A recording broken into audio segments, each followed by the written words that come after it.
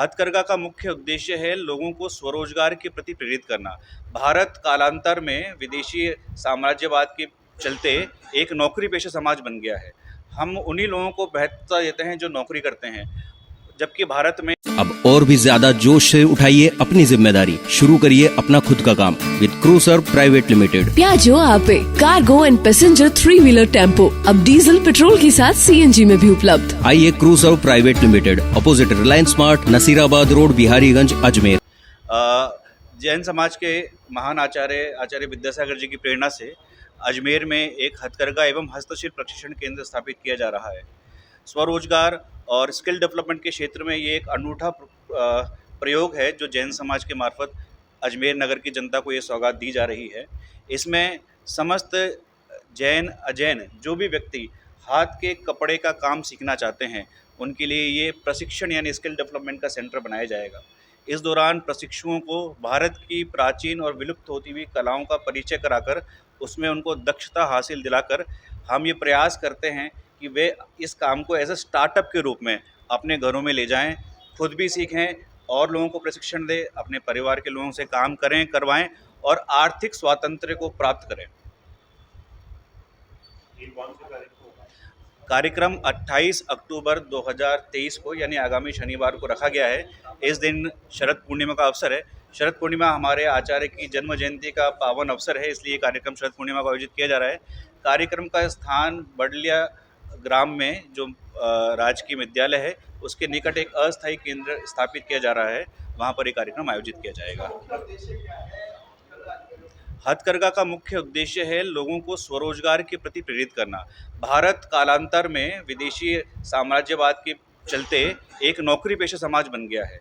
हम उन्हीं लोगों को महत्वता देते हैं जो नौकरी करते हैं, जबकि भारत में एक समय ऐसा था जब प्रत्येक घर में व्यापार होता था। अपने अपने स्तर के लोग दक्षता हासिल करके कोई ना कोई ऐसी चीज़ बनाते थे जो पूरे भारत में दुनिया में बेची जाती थी। मैं आपको उदाहरण देता हूँ, सन 1700 में भारत का विश्व की जीडीपी में 27% योगदान था, लेकिन 1947 के आते आते ही 27% घट के मात्र 3% रह गया और आज वो 1% है। ये इसलिए हुआ क्योंकि हम नौकरी पेशा बन गए। हम अपने शादी ब्याह में जब हम बच्चे के लिए बच्ची ढूंढते हैं तो सोचते हैं कि नौकरी पेशा होना चाहिए, सरकारी नौकरी का होना चाहिए, हमारे बच्चे अच्छी आईटी कंपनी में नौकरी करने चाहिए। लेकिन हम इस बात पे ध्यान नहीं देते कि हमारे बच्चे बना क्या सकते हैं। हम क्या कपास को बदल के सुंदर साड़ी बना सकते हैं, हम क्या लोहे को बदल के सुंदर कोई मेटल बना सकते हैं, कंगन बना सकते हैं। इस प्रकार की सोच भारत से ख़त्म हो गई है। इस सोच को वापस से लाने के लिए कपड़ा क्षेत्र को पकड़ा गया, क्योंकि कपड़ा एक जीवन के लिए एक बहु उपयोगी वस्तु है, हर व्यक्ति को आवश्यकता है। और भारत की आबो हवा, भारत की कला, भारत के लोगों का रुझान और विविधता कपड़े के क्षेत्र के लिए आदर्श रही है। आज भी भारत में बहुत बड़ी मात्रा में कपड़ा इंपोर्ट होता है और इसमें पॉलिएस्टर जैसे कृत्रिम फाइबर से बने हुए कपड़े का योगदान बहुत ही हो रहा है, जो स्वास्थ्य के लिए और हानिकारक है। ये हिंसक वस्त्र भी है क्योंकि इनके निर्माण में हिंसा पर्याप्त मात्रा में होती है। तो बहुत देशों को लेकर जो परियोजना बनाई गई है, इसके तहत ये हम कोशिश कर रहे हैं, ये प्रयत्न कर रहे हैं कि भारत की पुरानी विधाओं को पुनर्जीवित किया जाए और लोगों को स्वरोजगार दिया जाए, ताकि हर व्यक्ति अपने अपने घर में छोटा मोटा व्यवसाय कर सके।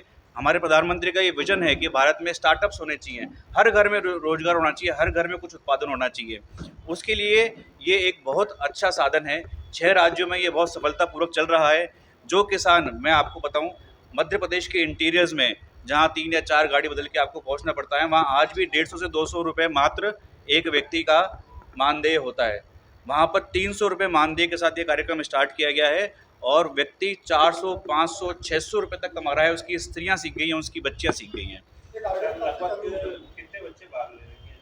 इसमें हमने 63 रूम से स्टार्ट किया, तो एक बार में एक बैच में 63 प्रशिक्षार्थी काम कर सकते हैं। धीरे इसमें जरदोजी इत्यादि कढ़ाई का जब काम चालू होगा तो ये संख्या बढ़ के 200 की होगी। हम ये अनुमान कर रहे हैं कि 2 माह में एक व्यक्ति दक्ष होकर लूम अपने घर ले जा सकता है, तो वर्ष में करीब 1000 से 1500 लोगों को, हम 1000 से 1200 लोगों को स्टार्टअप खोलने के लिए तैयार कर सकते हैं। मेरा नाम कुणाल जैन।